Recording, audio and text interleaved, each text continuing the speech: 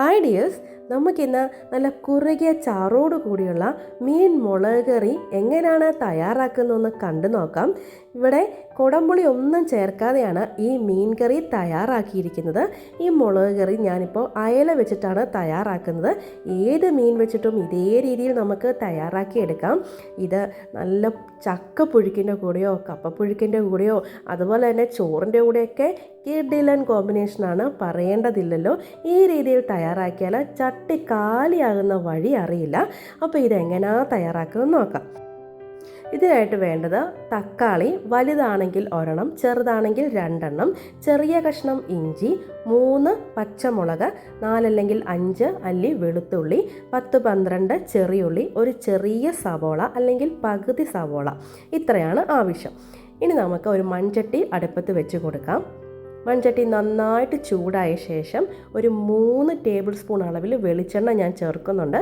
ഇത് നിങ്ങൾക്ക് കുറച്ച് വേണമെങ്കിലും ചേർക്കാം. കറിക്കൊന്ന് രുചി കൂട്ടാൻ വേണ്ടി 3 ടേബിൾ സ്പൂൺ ചേർത്തന്നേ ഉള്ളൂ. ഇനി നമുക്കിതിലേക്ക് 1/2 ടീസ്പൂൺ ഉലുവ ഇട്ട് കൊടുത്ത് ഒന്ന് പൊട്ടിച്ചെടുക്കാം. ഉലുവ ഒന്ന് പൊട്ടി വരുന്ന ടൈമിൽ നമുക്കിതിലേക്ക് കറിവേപ്പില ഇട്ട് കൊടുക്കാം.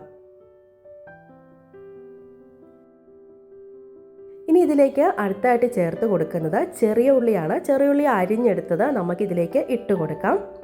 നമുക്കിത് വേണമെങ്കിൽ സവോള കൊണ്ട് മാത്രം തയ്യാറാക്കി എടുക്കാം. പക്ഷേ ചെറിയ ഉള്ളി കൊണ്ട് നമ്മൾ മീൻ മുളകിട്ട് തയ്യാറാക്കിയാൽ ഒരു പ്രത്യേക ടേസ്റ്റാണ്. ഇനി അടുത്തായിട്ട് ഇഞ്ചി, വെളുത്തുള്ളി എന്നിവ അരിഞ്ഞ് ചേർത്ത് കൊടുക്കണം. ചതച്ച് ചേർക്കരുത്, അരിഞ്ഞ് ചേർക്കുന്നതാണ് അതിൻ്റെ ഒരു ടേസ്റ്റ്. അപ്പോൾ അതും കൂടി ഇട്ടൊന്ന് വഴറ്റിയെടുക്കാം.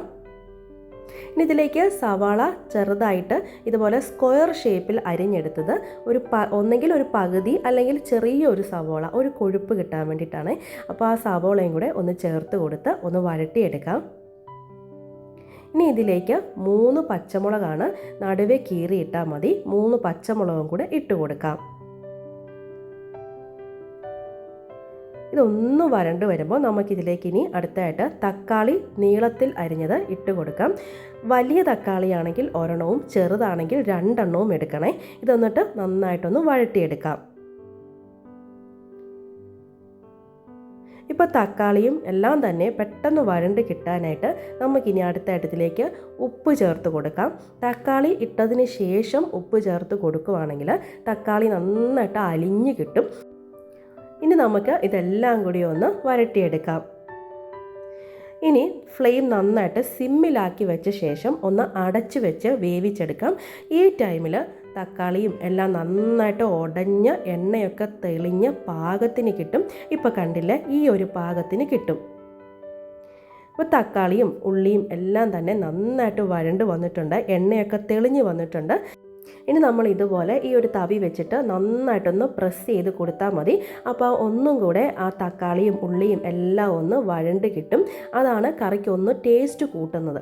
അപ്പോൾ ഇങ്ങനെ എല്ലാം ഒന്ന് ചെയ്ത് കൊടുക്കാം. ഇനി നമുക്കിതിലേക്ക് മസാലപ്പൊടി ചേർത്ത് കൊടുക്കാം. 1/2 ടീസ്പൂൺ മഞ്ഞൾപ്പൊടി. ഇനി നമ്മളിതിലേക്ക് ചേർക്കുന്നത് കാശ്മീരി ചില്ലിയാണ്. ഈ മീൻ മുളകിട്ടത് തയ്യാറാക്കാനായിട്ട് നമുക്ക് കാശ്മീരി ചില്ലി തന്നെ എടുക്കണേ. എന്നാലേ ഉള്ളൂ ആ കറക്റ്റ് കളറും ആ രുചിയും ഒക്കെ കൊഴുപ്പും ഒക്കെ കിട്ടത്തുള്ളൂ. അപ്പോൾ ഇതിലേക്ക് ഞാനിപ്പം 3 ടേബിൾ സ്പൂൺ അളവിൽ കാശ്മീരി ചില്ലിയാണ് ചേർത്ത് കൊടുത്തിരിക്കുന്നത്. ഇനി അടുത്തതായിട്ട് 1 ടീസ്പൂൺ അളവിൽ മല്ലിപ്പൊടി കൂടി ചേർത്ത് കൊടുക്കാം.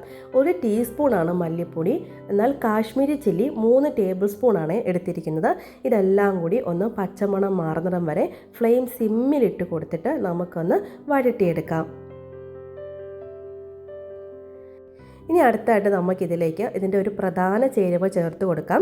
നമ്മൾ കുടംപുളി ഇവിടെ ചേർക്കുന്നില്ല, അതിന് പകരമായിട്ട് വാളംപുളിയാണ് എടുത്തിരിക്കുന്നത്.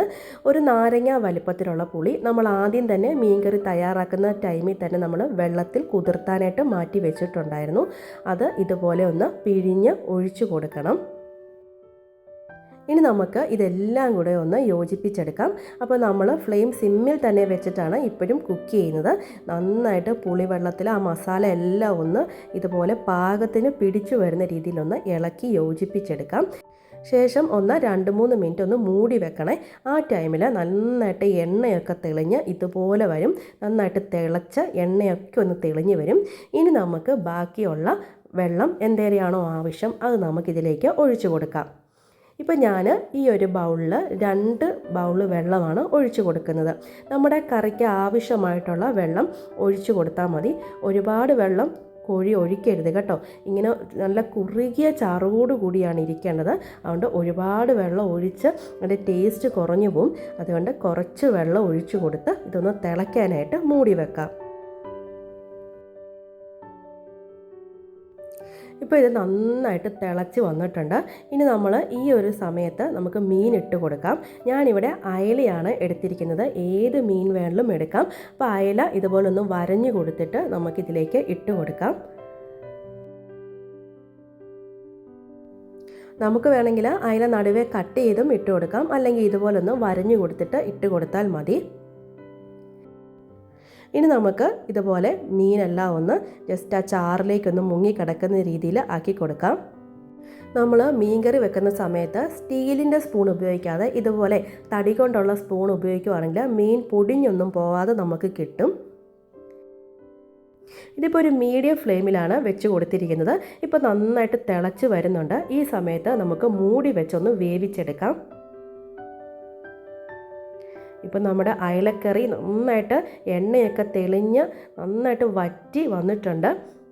ഇനി നമുക്ക് ഫ്ലെയിം ഒന്ന് സിമ്മിലാക്കി കൊടുത്ത ശേഷം ഉപ്പൊക്കെ പാകമാണോ നോക്കാം. വേണമെങ്കിൽ ഉപ്പ് ചേർത്ത് കൊടുക്കാം. ഇനി ഇതിൽ നമ്മൾ സ്പൂണിട്ട് ഇളക്കി കൊടുക്കാതെ ഇതുപോലെ ചട്ടി ഒന്ന് ചുറ്റിച്ചെടുത്ത് കൊടുത്താൽ മതി. അപ്പോൾ നമുക്ക് മീൻ പൊടിഞ്ഞു പോകാതെ ആ ഉപ്പും പുളിയും എരിവും എല്ലാം കൂടെ പിടിച്ച് കറക്റ്റ് പാകത്തിന് കിട്ടും. അപ്പോൾ നമ്മുടെ മീൻകറി ഇവിടെ റെഡി ആയിട്ടുണ്ട്. ലാസ്റ്റായിട്ട് നമുക്കിതിലേക്ക് കറിവേപ്പിലയും കൂടെ ഇട്ട് കൊടുക്കാം. ഇനി അടുത്തായിട്ട് നമുക്ക് ഫ്ലെയിം ഓഫ് ചെയ്ത ശേഷം ഇതുപോലെ പച്ച വെളിച്ചെണ്ണയും കൂടെ ഒന്ന് തൂവി കൊടുക്കാം. ഇനി നമുക്ക് മൂടി വെക്കാം. ഇത് നമ്മൾ എടുക്കുന്ന ടൈമിൽ ഇനി നമ്മളിത് ഇളക്കാവുള്ളൂ. അതുവരെ അങ്ങനെ തന്നെ ഇരിക്കട്ടെ.